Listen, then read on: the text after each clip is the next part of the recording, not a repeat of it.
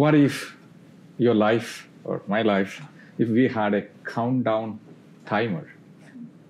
Imagine a digital clock on your wrist, ticking away the seconds that is left. No snooze button, no extensions. Well, that is the premise of the movie named In Time, where time is the currency and people hustle, steal, or beg just to survive another day. But here is the twist. We are all living with an invincible countdown. We just don't know when it hits zero. Now think of something more practical. What do you do when your phone or your computer freezes? You reboot it. You start over. Or when your Wi-Fi crashes, reset the router. When your life feels like another glitchy app, we all have the crave for a fresh start. The first reading today says humanity had become a dumpster fire of greed, violence, and narcissism. Every inclination of the human heart was only evil all the time. Imagine God scrolling through our world's feed today. Climate denial, wars, killing, corruption, and all the vices we can think of. Not so different from Noah's era. But here is the twist. God's response isn't rage. It's grief. The Bible says God's heart was deeply troubled. Enter Noah, a man who walked faithfully with God. In a world where faithful was as rare as a quiet toddler on a sugar high, Noah built an ark in the desert. That sink in. His neighbors probably roasted him, saying, "Bro, this hasn't rained in centuries. And you are building a yacht for sand?" But Noah kept hammering. Why?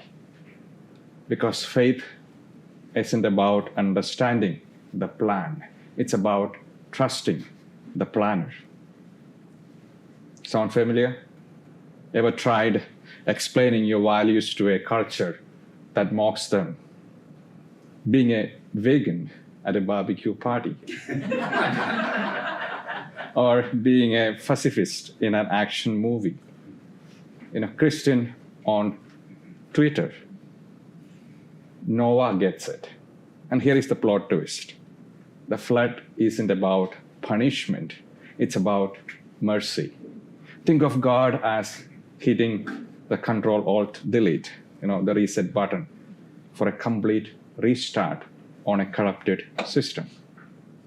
The same waters that drowned the earth drowned sin also, and also baptized the earth into renewal. The early Christians saw flood or water as a preview of baptism, where grace washes us clean. But here is the modern take. We are all the new Noah now, and our floods are in water. They are the 24/7 news cycle, the endless scroll of comparison, the rising tides of anxiety. But God's still whispering, build something that floats. What does a 2025 ark look like? A community garden where you and your neighbors grow zucchini and solidarity together. A kindness app, an easy swipe to the right to volunteer for a service.